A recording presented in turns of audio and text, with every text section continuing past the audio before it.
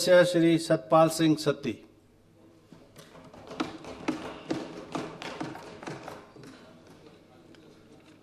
अध्यक्ष महोदय, मांग संख्या 7 पुलिस और संबंधित संगठन, उसके ऊपर जो कटौती प्रस्ताव आया है उसके लिए मैं बोलने के लिए खड़ा हुआ हूं। अध्यक्ष महोदय, वैसे तो मुझसे पूर्व हमारी पार्टी के नेता, विपक्ष के नेता जयराम ठाकुर जी ने, विपिन सिंह परमार जी ने, विक्रम सिंह जी ने या अन्य जितने भी माननीय सदस्य हमारे विपक्ष की ओर से हैं, वो चाहे माननीय गवर्नर महोदय का अभिभाषण था जब बजट के ऊपर चर्चा थी, उसमें सब लोगों ने जहां अभिभाषण के ऊपर बोला, बजट के ऊपर बोला, वहीं पर जो विषय लॉ एंड ऑर्डर का भी लिया जा रहा है इसके ऊपर भी प्रकाश डाला है। लेकिन कुछ बातें मैं माननीय मुख्यमंत्री जी के ध्यान में, आपके माध्यम से पुलिस के विभाग ध्यान में, मुखियाओं के ध्यान में मैं लाना चाहता हूं कि ऊना जिला हमारा बॉर्डर के क्षेत्र है और बॉर्डर के अंदर जो ऐसी अवैध गतिविधियां हैं वो काफ़ी ज़्यादा गति से बढ़ती हैं, क्योंकि हमारा जो मूल हिमाचल है उस हिमाचल के अंदर ज़्यादातर लोग आराम से और शराफत से रहना चाहते हैं और आदत है हमारे लोगों की। लेकिन कई बार हिमाचल के अंदर भी ऐसे लोग आने शुरू हो गए, अंदर के क्षेत्रों तक चले गए हैं और ध्यान से देखने में आता है कि जहां बाहर के लोग नशा बेचने में हिमाचल के अंदर गतिविधियां करते हैं, वहीं पर उन्होंने हिमाचल के लोगों को भी ऐसे कामों में लगा दिया है, क्योंकि इससे माध्यम से अवैध पैसा आता है, बेहताशा पैसा आता है। और हमारे लोग तब लगते हैं जब कुछ ऐसे लोगों के उदाहरण उनके ध्यान में आते हैं कि जो लोग काम करते हैं उनको पकड़ा नहीं जा रहा है, बार बार बोलने से, बार बार आंदोलन होने से, बार बार लोगों के माध्यम से शिकायत करने से, तो धीरे धीरे जो शरीफ और ईमानदार आदमी होता है उसको भी लगता है कि इस व्यक्ति ने इतना धन इकट्ठा कर लिया तो इसका कुछ नहीं हो रहा, गवर्नमेंटें आ रही हैं, गवर्नमेंटें जा रही हैं, तो क्यों ना इसमें हम लोग भी संलिप्त हो जाएं। ऐसा हमारे नौजवान भी, जो अच्छे लोग हैं, युवा साथी हैं, पढ़े लिखे लोग हैं, वो ऐसी घटनाओं को देख करके इसके अंदर इन्वॉल्व हो रहे हैं। और जहाँ तक अवैध नशे का विषय है, बड़े विस्तार से इसमें बोल दिया गया है। बहुत ही दुर्भाग्यपूर्ण स्थिति है जो एक चिट्टे नामक ये एक नया नशा हिमाचल के अंदर, क्या हमारे साथ लगते सूबे पंजाब के अंदर और फिर हिमाचल के अंदर बहुत तेज गति से जो बढ़ा है, और इसके कारण बहुत से लोगों के, जैसा बताया गया, ओवरडोज से मौत भी हो रही है, बहुत से लोग लड़ाई का कारण भी बन रहे हैं। ऐसा माना जाता है, बताया जाता है एक्सपर्ट के द्वारा कि जब ये आदमी लेता है तो उसके कारण थोड़े समय ही उसकी ज़िंदगी रहती है, इसके बाद, जिसे युवाओं के ध्यान में नहीं है, चंद साल ही आदमी काटता है और इसका कोई लिमिट का आदमी को पता नहीं लगता है। डोज बढ़ते बढ़ते, जैसे कहा गया कि ओवरडोज से, क्योंकि पोस्टमार्टम के माध्यम से पता लगा होगा कि 66 की मौत ओवरडोज से हुई है, तो लोग टीका लगाते हैं या किस तरह से इसको खाते हैं, उनके कारण बहुत से हमारे युवाओं का भविष्य और बेचारे पेरेंट्स जो हैं, उनके बच्चे जब जाते हैं तो बहुत दयनीय स्थिति, क्योंकि हम सब लोग उन सबके घरों में दुख प्रकट करने के लिए हम सब लोग जाते हैं, तो ध्यान में आता कि बहुत विपरीत परिस्थितियां पैदा हो गई हैं। पहले शराब थी, शराब के साथ साथ कुछ और अन्य नशे थे, लेकिन ये एक नया नशा आ गया जिसके कारण बहुत लोगों की मौत के कगार पर लोग पहुंच गए हैं। और परिस्थितियां जहां तक पहुंच गई हैं अध्यक्ष महोदय के, अखबारों के अंदर, मीडिया के माध्यम से पता चलता है कि जब माँ बाप ने नशे के लिए पैसा नहीं दिया तो उन्हें उनकी हत्या कर दी या उनकी हत्या की कोशिश की गई। अपने माँ बाप के ऊपर भी आदमी हथियार उठा देता है। और इसी तरह से कई ऐसे घरों के उदाहरण भी आए कि पूरे परिवार के बर्तन तक बेच दिए गए, सिलेंडर तक बेच दिए उन बच्चों ने, घर के दरवाजे तक खोल करके बेच दिया, और माँ बाप बेचारे तड़प रहे हैं कि क्या करें। तो इसके ऊपर बहुत सख्ती से कदम उठाने की जरूरत है। और उसके नाते दूसरा विषय अध्यक्ष महोदय, हमारे जिला के अंदर जो बड़ी विपरीत परिस्थितियां पैदा हो रही हैं, फिरौतियों का मामला जो आ रहा है अध्यक्ष महोदय, अभी भगवान का शुक्र है कि बाकी शायद जिलों के अंदर ये नहीं पहुंचा है। बड़े बड़े व्यवसायी लोगों को चंद लोग, जैसा माननीय जयराम ठाकुर जी ने कहा कि कुछ बड़े लोगों के नाम लेकर के, जो ऐसे अपराध के क्षेत्र में बड़े नाम देश के अंदर माने जाते हैं, स्थानीय लोगों ने भी अब वो काम करना शुरू कर दिया। उनको शायद पता भी नहीं होगा, उनको जानकारी भी नहीं होगी, लेकिन उन लोगों को रोका नहीं जा रहा है, उनके ऊपर कार्रवाई नहीं हो रही है। ऊना जिला के अंदर ही 10-20 लाख से जो शुरू हुआ था अध्यक्ष महोदय, 5 करोड़ तक की फरोख्ती तक ये अखबारों की सुर्खियां बन चुकी हैं ऊना जिला के अंदर। और उसके साथ साथ अवैध हथियार, जिन अवैध हथियारों का परिणाम हमने 19 नवंबर को ऊना के अंदर देखा। मैं बार बार बोलता रहा इस माननीय सदन के अंदर, माननीय मुख्यमंत्री जी से मेरी व्यक्तिगत बातचीत भी हुई, माननीय मुकेश जी भी उसको मंच के माध्यम से विषय को उठाते रहे कि कोई भी आदमी नशे का व्यापार करता उसका पुलिस को किसी को फ़ोन सुनने की जरूरत नहीं है, ऐसा आपने भी बार बार बोला।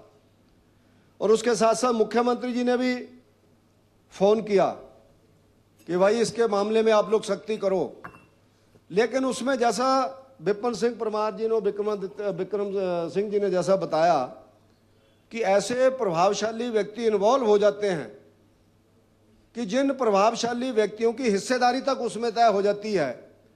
और वहां ऊना के अंदर किडनैपिंग का मामला आया, व्यक्ति को मार करके फेंक दिया, अपनी तरफ से मार करके फेंक दिया शुभम राणा को, लेकिन वो बच गया। बाद में जब उसने बताया कि जब मैं पड़ा हुआ था, ऐसा उसने कहा कि तो इनको फ़ोन आ रहे थे फलां फलां व्यक्तियों को कि इसको नहर के अंदर फेंक दो नंगल में, तो उन्होंने कहा जी ये तो मर ही गया है। उन्होंने कहा फिर भाग जाओ जहाँ से, अगर वो नहर के अंदर फेंक देते तो भी मर जाता, और अगर वो चेक कर लेते कि जिंदा है तो भी वो मार दिया जाता। इसका मतलब उसका मर्डर के लिए ही उसको उठाया था। उसके बाद 12 नवंबर को हम लोगों ने 2025 को मेमोरेंडम दिया जिलाधीश महोदय को। मैंने उनको कहा कि आप जगह जगह, आपको हम लोग नाम बता रहे हैं, आप लोगों को घर बता रहे हैं, पुलिस को बोलो कि इनके घरों की तलाशी लो, कुछ अवैध हथियार हैं, कुछ वैध हथियार हैं लोगों के पास। ऐसा लोगों के माध्यम से, CID के माध्यम से आया भी कि 50 कट्टे या 100 कट्टे ऐसे ऊना जिला के अंदर बिक गए, ऐसे वैध हथियारों वाले भी थे। तो उसके माध्यम से कोई कदम नहीं उठाया गया अध्यक्ष महोदय। उसके बाद 19 नवंबर 2025 को ऊना जिला के हेडक्वार्टर के ऊपर एक कांग्रेस के ही पूर्व विधायक के होटल के अंदर एक गैंगवार हो जाता है। वो गैंगवार के अंदर पहले एक व्यक्ति की दोनों बाजुएं तोड़ दी जाती हैं, फिर आंगन के अंदर जाकर के फिर क्लैश होता है।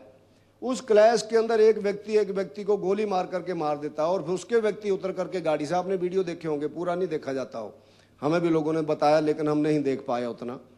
व्यक्ति उतरते हैं और दराट और डंडों से उन 2 व्यक्तियों के बाजू, टांगे, सिर जो भी काटते हैं, और आज वो PGI के अंदर इलाज चल रहा है। एक आदमी का पुलिस रिपोर्ट जो वहाँ की आई है, जो वहाँ डॉक्टर्स ने रिपोर्ट दिया कि 100% ब्लाइंड हो गया है, और एक व्यक्ति पैरालाइज हो गया, ऐसी नसें कट गई हैं, और वो 4 महीने बाद भी पुलिस को अपनी बयान देने की स्थिति में नहीं है।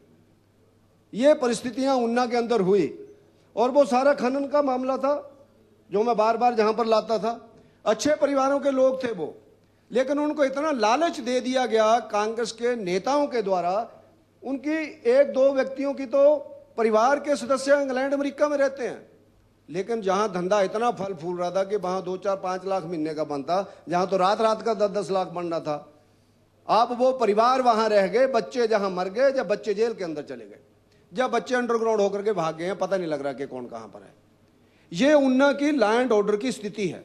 मैंने माननीय मुख्यमंत्री जी को उसी समय कहा था कि आप अधिकारी ठीक लगाओ, बहुत से अधिकारी हैं जो काम करना चाहते हैं, इसमें कोई दो राय नहीं है। हम सब लोग, जैसा परमार जी ने भी कहा, विक्रम जी ने भी कहा कि हम सब के ऊपर दोष नहीं देते हैं, लेकिन कुछ लोगों की आदत पड़ जाती है।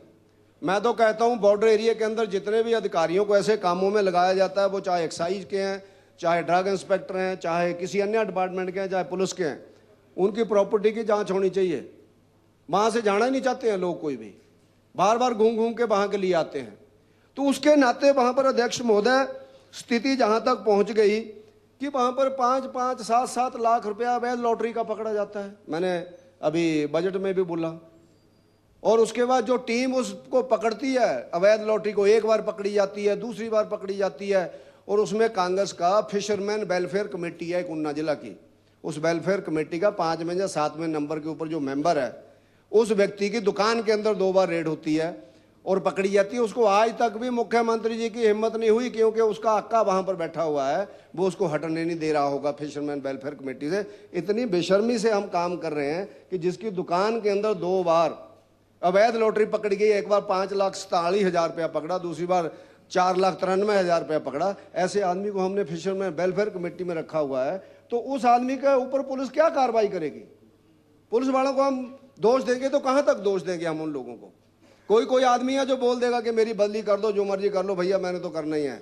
वरना आजकल बिना रीढ़ की हड्डी के हो गए हैं लोग, अधिकारी भी हमने देखा है। मैं तो उनसे व्यक्तिगत अध्यक्ष महोदय बात करता हूं कि इतने भी लल्लू काय को बड़े हुए तुम लोग, इससे अच्छा जाकर के नौकरी छोड़ दो।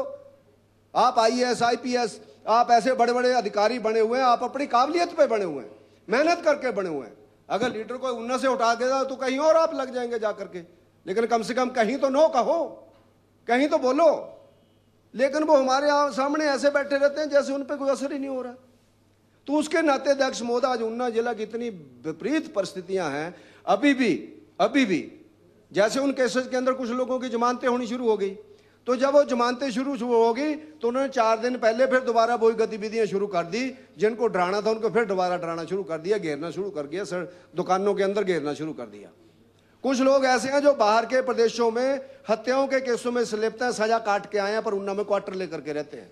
क्या पुलिस को जानकारी नहीं है? नहीं जानकारी है तो मैं बता दूंगा उनको कौन कौन कहां पर रहता है। भैया उसको गंद को बाहर भेजो, भैया जा जहां से, नहीं जाता तो जरा फिर सबको सिखा दो उनको कि क्यों ना भैया, जहां पर कोई आश्रय का स्थान है क्या, उनकी रिश्तेदारियां वहां पर।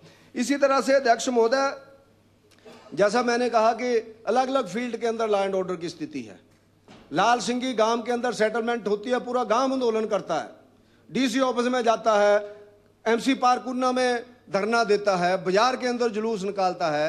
चौधरी परिवारों की 60 फैमिलियां ब्लेम लगा रही हैं कि बड़े लोग उसी गांव के अंदर पूर्व विधायक हैं कि उन लोगों ने हमारी जमीनें अपने नाम लगवा ली।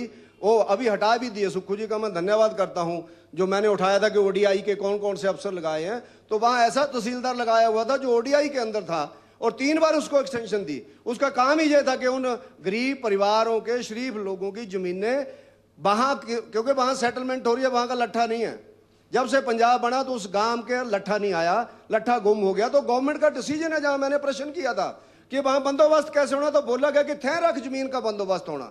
थैरक का मतलब है कि दादा अगर उसको जोतता था, पिता उसको जोतता था, आज बेटा जोत रहा है, उसका हल चला रहा है, तो भैया उसके नाम होनी है। उनको नहीं दी गई। उनकी 20-20 कनाल जमीन के ऊपर वो खेती करते हैं, 5-7 कनाल उनके नाम लगा दी, 10-15 कनाल सुहा के अंदर निकाल दी, जाओ घूमते रहो। हाई कोर्ट के अंदर केस किया उन्होंने, हाई कोर्ट के अंदर बेचारों ने 6-7 लाख रुपया 60 लोगों ने इकट्ठा किया, तब जाकर के जहां पर वकील करके केस किया हुआ कि स्टे हो जाए उसके ऊपर, बंदोबस्त के ऊपर किसी तरह से उस पर हो जाए। मैं कहता हूं वहां को क्लैश ही ना हो जाए उस गांव के अंदर। इसी तरह से अध्यक्ष महोदय, हमारे इस क्षेत्र के अंदर मैंने कल भी लकड़ी की बात की थी, कटान की। मंदली गांव के अंदर लकड़ी का कटान होता है, BBMB की जमीन है। लोगों ने आरा भी पकड़ा दिया, लोगों ने लकड़ी भी पकड़ा दी, लोगों ने गाड़ी भी पकड़ा दी, लेकिन बंगाणा के पुलिस स्टेशन वालों ने FIR लॉन्च नहीं की। अब जिन लोगों ने बताया था वो बेचारे घूमे फिर रहे हैं, उनको कहा जा रहा तुम्हारे ऊपर केस बना देंगे। ये हमारे अपने विवेक भाई जी जहां बैठे हैं, इनके एरिया का केस है। परसों मैंने इनके एरिया का केस एक और उठाया था, और 1-2 केसेस मैंने अपने एरिया के भी उठाए थे। बनगढ़ के अंदर अवैध लकड़ी का कटान हुआ। वहां जो ऑफिशियल ठेकेदार से उनको कहा गया तुम्हारी ऑफिशियल लकड़ी हम तब जाने देंगे जब आप हमारी अनऑफिशियल लकड़ी पहले से ही परमिट के ऊपर छोड़ेंगे जाके, नहीं तो गार्ड तेरे को पकड़ लेगा, तेरी ऑफिशियल लकड़ी को भी अनऑफिशियल करेगा। वो बेचारे ने मजबूरी में अपना जो ठेका लिया हुआ था उसकी लकड़ी को बाद में लेकर के गया, और अनऑफिशियल लकड़ी महतपुर से 4 किलोमीटर 7 गांव है शहर के अंदर, दूसरों की लकड़ी ढोई उसने पिछले साल बेचारे ने। अब मेरे को तो कई बार हैरानी होती है कि इतना इस तरह के काम सारे चले हुए हैं। हमारे सिंधोगढ़ के अंदर एक फैक्ट्री लग रही है अध्यक्ष महोदय, लोगों का मानना है कि उस फैक्ट्री से बहुत बड़ा पोल्यूशन होगा, अलग अलग चीजें होंगी, लोग इनकार कर रहे हैं।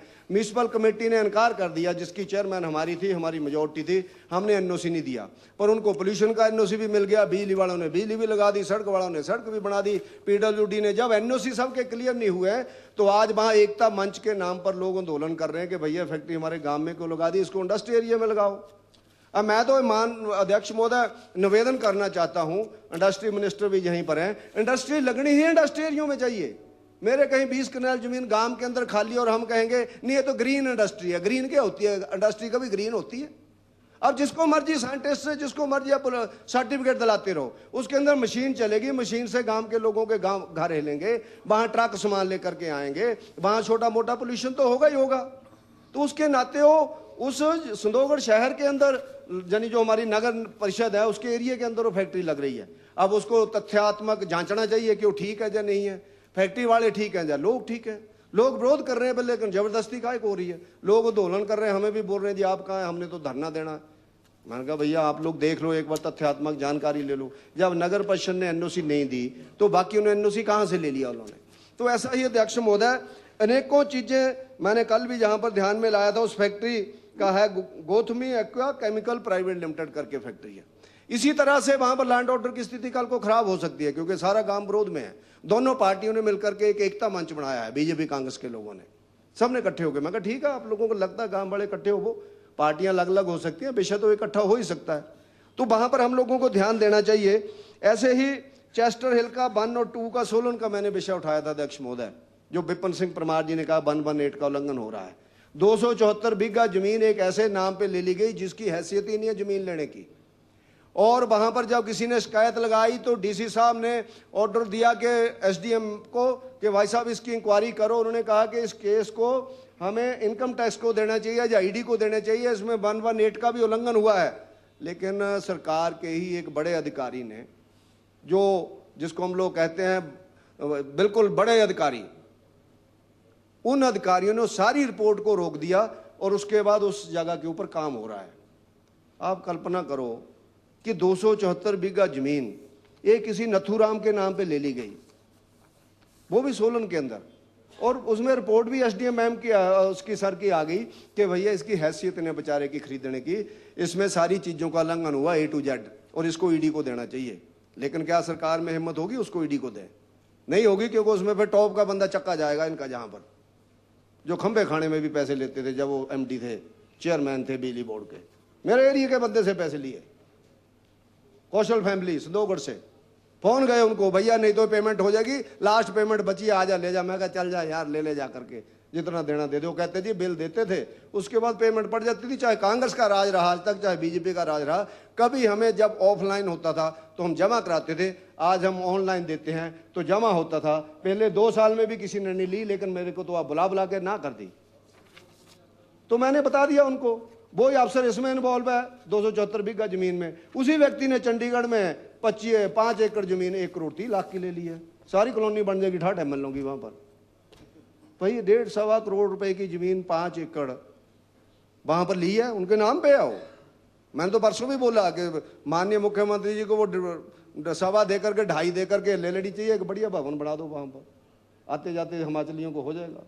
क्योंकि उनको तो हम डबल दे रहे हैं, अगर उन्होंने ईमानदारी से खरीदी है तो ले लेंगे डबल में, तो कोई भी भेज देगा। अभी ली है साल पहले ही, वो सारे रिकॉर्ड में दे दूंगा। इसी तरह अध्यक्ष महोदय ऐसी बहुत सी बातें हैं, मैं ज़्यादा बातचीत ना करते हो, मेरा इतना ही निवेदन है कि हम लोग इसमें जीरो टॉलरेंस हम लोग बोलेंगे तो उससे कुछ होगा नहीं जब तक हम लोग इसके ऊपर कार्रवाई नहीं करेंगे और अच्छे अधिकारियों को हम लोग लगाएं। मेरा माननीय मुख्यमंत्री जी से आग्रह रहेगा, अब इनसे काम भी किस किस का कराएं। हमने इतनी बार बोल दिया, सुक्खू जी ने डिक्लेयर भी कर दिया, सुंदर सिंह जी की ओथ करा दो एक दिन, कल जन्मदिन था, कल ही ठोक देते ओथ को, क्या था उसमें कहा। अभी आप लोगों ने डीजीपी बनाना तो भैया रेगुलर बनाओ, तुमने वो भी ट्रेनिंग रख दी है, चीफ सेक्रेटरी भी ट्रेनिंग और डीजीपी भी ट्रेनिंग। 2 साल के बाद पक्के होंगे तब तक आप ही नहीं रहेंगे। वो ट्रेनिंग में रखे हुए हैं बेचारे दोनों। भी पक्का लगाओ, बंदे से काम लो, नहीं हटता तो चीफ मिनिस्टर तो पक्के को भी हटा सकते हैं, क्या दिक्कत है हटाने में? मुकेश जी हटा ही सकते होंगे, आपको ज्यादा जानकारी होगी, या ठाकुर जयराम जी जानते होंगे। इतना क्यों डर रहे हो कि टेम्परेरी आदमी रखना है? हाँ जी, उनको भी हिम्मत होगी। हमें तो 3-4 हटाने पड़े जब हम लोग थे। जो गलत करता है उसको किनारे करो भाई, ताकत मिली है एक बार, बड़े संघर्ष के बाद ताकत मिली है सुक्खू जी को, बड़ा संघर्ष किया इन्होंने। भले यूनिवर्सिटी के अंदर 10 बजे आते थे, 11 बजे मुड़ जाते थे, पर लेकिन संघर्ष तो फिर भी था ही, क्योंकि ना वहाँ कोई मानता था, ना शहर में कोई मानता था, ना स्टेट में कोई मानता था, क्योंकि राजनीतिक बातें ऐसी थी। मुकेश जी तो हमारे क्लास फेलो हैं, यूनिवर्सिटी में जानते ही हैं किस तरह से संघर्ष होते थे। तो इसलिए एक बार आदमी को बताना चाहिए, उत्तर प्रदेश को लोग बोलते थे विक्रमादित्य सिंह जी ये सुधर नहीं सकता है। आपको नहीं, आप नहीं सुधर सकते, यूपी नहीं सुधर सकता है। एक व्यक्ति सुक्खू जी के कद का आया, ना ज्यादा लंबा है ना ज्यादा चौड़ा है ना। हाँ हाँ, चलो उसको पक्का करा देते हैं, जोगी जी को आज ही बता देंगे, आप फोन कर देना, क्योंकि वो महंत साहब हैं, आप राजा साहब हैं। तो उसके नाते एक बार उन्होंने एक बात सीधी की कि भैया 60 मर्डर करने वाला अतीक अहमद नहीं चलेगा। और आपने जिंदगी में देखा होगा, मैं ये नहीं कहता कि ऐसा सब जगह हो सकता है, पहली बार लाइव मर्डर अगर आपने देखा होगा तो अतीक अहमद का देखा होगा पूरी जिंदगी के अंदर। पहली बार सड़क के अंदर किसी ना किसी की प्लानिंग हुई ना कि इसका लाइव दिखाना है, जो ना महिलाओं को छोड़ता है, ना बच्चियों को छोड़ता है, ना जमीन वालों को छोड़ता है, ना किसी और मामले में छोड़ता है। इसका अतीक अहमद का मर्डर जो है शरेआम दिखाना है। पूरी वीडियो पहले लगी होगी, उसके बाद उसका हुआ या नहीं हुआ। 60 बंदों का मर्डर किया था उसने। मैंने जो परसों ही रात को वीडियो एक पत्रकार का इंटरव्यू सुना था, मेरे को पूरी जानकारी मिली। उसने कहा किसी की हिम्मत नहीं होती थी इसके आगे बोलने की, और उत्तर प्रदेश के अंदर ऐसे बदमाशों के 10 जजेज ने इनकार कर दिया था कि हम इनका केस नहीं सुन सकते हैं। जजेज ने, जुडिशरी तक दहशत थी कि हमारे बच्चे ना उठा लिए जाएं। और 15,000 करोड़ का मालिक हो गया वो एक रिक्शा चालक। आज मिट्टी के अंदर मिला दिया पूरे परिवार के लोग, या तो चले गए या परिवार के लोग छुपते घूम रहे हैं। कहां हैं, कहां चले गए? इसको कहते हैं राजनीति। अच्छे लोगों को संरक्षण देना और बदमाश लोगों को सबक सिखाना, ये मुझे लगता है हर मुख्यमंत्री का पहला कर्तव्य है। अगर वो मुख्यमंत्री ये काम नहीं करता है, बाकी जो मर्जी करते रहो, अगर आपको यही विश्वास नहीं है मेरी बहन मेरी बेटी शाम को घर आएगी, मेरे बेटे के ऊपर कोई हथियार नहीं उठाएगा, अगर सलाहकार के बेटे के ऊपर भी कोई शिमला शहर के अंदर अटैक कर देगा, तो मुझे लगता है ऐसे लोगों को सबक सिखाने की जरूरत है। आपके सामने हुआ, हमने तो जयराम जी से सुना, अखबार में रात पढ़ा था लेकिन भूल गए थे, अभी मेरे को फिर याद आया। हमारे मित्र हैं नरेश जी बेचारे, अगर बच्चा चला जाता तो क्या हो जाता। ठीक है, छोटी मोटी बातें हो सकती हैं आपस में, लेकिन किसी की हिम्मत ना हो जाए कि कोई तलवारें और बंदूकें राइफलें लेकर के बच्चे गोलियां चलाने लग पड़े। अध्यक्ष महोदय, ये बहुत बड़ी घटना है और मेरा निवेदन है इस गवर्नमेंट से, चाहे कोई भी गवर्नमेंट आए, हिमाचल प्रदेश को हिमाचल प्रदेश रहने दो, वरना जहां पर कोई भी नहीं आएगा और हमारी आर्थिकी बर्बाद हो जाएगी, हमारी आर्थिकी तबाह हो जाएगी जो टूरिज्म की है। इसलिए लॉ एंड ऑर्डर के ऊपर जीरो टॉलरेंस में जीरो टॉलरेंस। और दूसरा काम है करप्शन का। आज तनख्वाहें नहीं दे पा रहे हैं, पेंशनें नहीं दे पा रहे हैं, तो अध्यक्ष महोदय जहां पर ऐसे कई ऐसी घटनाएं होती हैं, बड़े ऑफिसर का काम यह है कि अगर कोई आदमी 10 रुपए की चीज गवर्नमेंट को दे रहा तो कहे भैया तू 8 में कैसे दे सकता है। उसको देना बोले कि तू 15 में दे दे, 5 मेरे 4 तेरे, उसके बाद चीज तो 7 की है। भैया इसलिए थोड़ा तुम्हें बिठाया हुआ, जहां पर तुमको तो गवर्नमेंट को सहयोग करने को बिठाया हुआ है कि महंगी चीज को भी अच्छी चीज कैसे ली जा सकती है और ठीक रेट के ऊपर सस्ती मीन्स उसको भी 4 बचे, लेकिन बाकी बीच में कोई दलाल ना हो, गवर्नमेंट का लाभ हो जाए। लेकिन जहां तो उल्टा है कि 5 की चीज 75 में लेने के लिए हम लोग तैयार हैं। ये एक तरह का मामला नहीं है अध्यक्ष महोदय। ऊना के अंदर तो आरटी ऑफिस में भी दलाल बैठ गए, ऊना में तो अस्पताल के अंदर भी मुकेश जी 2 दलाल बैठे हुए हैं, बाकी किसी एमआरआई की दवाई नहीं लिखी जा रही है। कांग्रेसी भी परेशान है, वो कहते इससे अच्छा तो तुम लोग ही थे, हम आपने कभी 25 साल में कहते इंटरफेरेंस ही नहीं किया। मैं कहा हमें तो ये भी नहीं पता आरटी ऑफिस में क्या होता है भैया। कहते वहां भी एक आदमी बैठ गया पहले 1.5 साल से, पहले 1000 उसको दो, उसके बाद आगे कागज दो, नहीं तो एमबीआई आरटीओ कहता भैया मेरे को नहीं है, मैंने नहीं है, तुम्हारा नहीं काम हो सकता है। दवाइयों के अंदर डॉक्टर जैसी बिलो स्टैंडर्ड दवाइयां लिख रहे हैं, टॉप की दवाइयों का प्रेस्क्रिप्शन दो डॉक्टर्स को, उसके बाद अगर कोई लिखता है। कई लोग तो एक माफिया ऐसा चल पड़ा है अध्यक्ष महोदय कि अपनी, अब मुझे इसमें थोड़ा कम नॉलेज है, जो हेल्थ से जुड़े उनको ज्यादा जानकारी होगी, लाइसेंस लेकर के अपने आप ही लोग दवाइयां बनवाते हैं फैक्ट्रियों के अंदर। भैया इतनी अरबों रुपए की बड़ी बड़ी फैक्ट्रियां हैं, कर्नल साहब बता सकते हैं कि सारी चीजें क्या हैं। ऐसा कैसे अलाउ हो जाता है लोगों को कि बिलो स्टैंडर्ड दवाई, गैलेक्सो की दवाई मिल रही है 10 रुपए की, उनकी मिल रही है 125 रुपए की। भैया टॉप की कंपनी कौन सी है? मैं किसी कंपनी का वो नहीं कर रहा हूं ना, मैं किसी का एजेंट हूं। डॉक्टर रेड्डी, ऐसे ऐसे कई बड़ी बड़ी कंपनियां हमने सुनी है, लेकिन छोटी दवाइयां महंगी हैं और घटिया हैं, इसलिए सारे सैंपल फेल हो रहे हैं। ये सारा लैंड ऑर्डर का मामला है। और मेरा तो निवेदन है कि अवैध कैप्सूल अनेकों दवाइयों के अंदर बिकते हैं। अगर उस एरिया के अंदर पुलिस रेड मार करके कैप्सूल अवैध पकड़ती है तो उसी दिन शाम को ड्रग इंस्पेक्टर सस्पेंड हो जाना चाहिए। तेरा काम था, पुलिस को करना पड़ा, तू क्या कर रहा था जहां पर? तेरा काम महीने लेना ही है, लेकिन उसके ऊपर कोई कार्रवाई नहीं होती। पुलिस लैंड ऑर्डर भी संभाले, पुलिस दवाइयां भी पकड़े, हर डिपार्टमेंट का अपना अपना काम है। पुलिस चोरी भी पकड़े, एक्साइज, इनकम टैक्स, इनका क्या काम है? अगर उनके काम को भी इन्होंने करना है तो एक डिपार्टमेंट के ऊपर कितना दबाव आ जाएगा। तो उसके नाते मेरा ये आग्रह रहेगा, मैं ये बोलना चाहता हूं अध्यक्ष महोदय कि हम लोगों को लॉ एंड ऑर्डर और करप्शन के ऊपर जीरो टॉलरेंस बोलने में नहीं आनी चाहिए, करने में आनी चाहिए। उसके बाद अपने आप ही आत्मनिर्भर हिमाचल प्रदेश हो जाएगा। मैं आपको बता दूं, इतना कमजोर नहीं है हिमाचल प्रदेश। नदियां इतनी बह रही हैं हमारी, इतना हमारा सौंदर्य और सुंदरता तो से भरपूर है जो हिमाचल प्रदेश। और न्यूजीलैंड जितनी पॉपुलेशन है सारी हमारे पास, वो कितने पॉपुलर कंट्रियां हैं। क्यों पठानिया साहब, कितना उनका टूरिज्म जाता है, 5-5 लाख लोग हैं, इतने बड़े बड़ी उनका इंडस्ट्री है इतना, लेकिन वहां लॉ एंड ऑर्डर है, पत्ता नहीं हिलने देते, वो कहीं भी पत्ता नहीं हिलने देते। उसके नाते हम सब लोगों को इसके ऊपर ध्यान देना पड़ेगा। और एक हम सब का सौभाग्य, जो मैं अंतिम बात बोल करके समाप्त करूंगा अध्यक्ष महोदय, कि हम सब का सौभाग्य है जहां कांग्रेस और भाग्य इस प्रदेश की जनता का, 2 ही नेशनल पार्टियां हैं। उन 2 नेशनल पार्टियों ने अगर अच्छा किया है, अगर कुछ अच्छा हुआ है तो ये भी दोनों को श्रेय जाता है, अगर गलत हुआ तो ये भी दोनों को श्रेय जाता, तीसरा नहीं आया कभी भी जहां पर। इसलिए हम आप लोग अच्छे से भी नहीं बच सकते, बुराई से भी नहीं बच सकते हैं।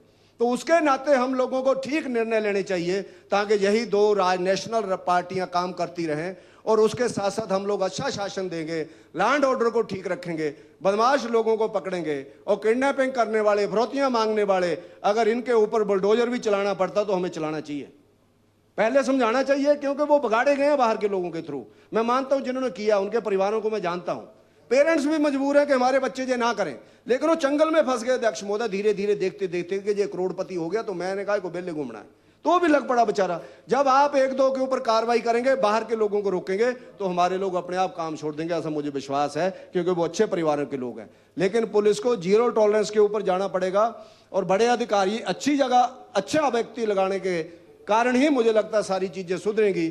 ऐसा निवेदन करते हुए मैं आपका धन्यवाद करता हूं अध्यक्ष।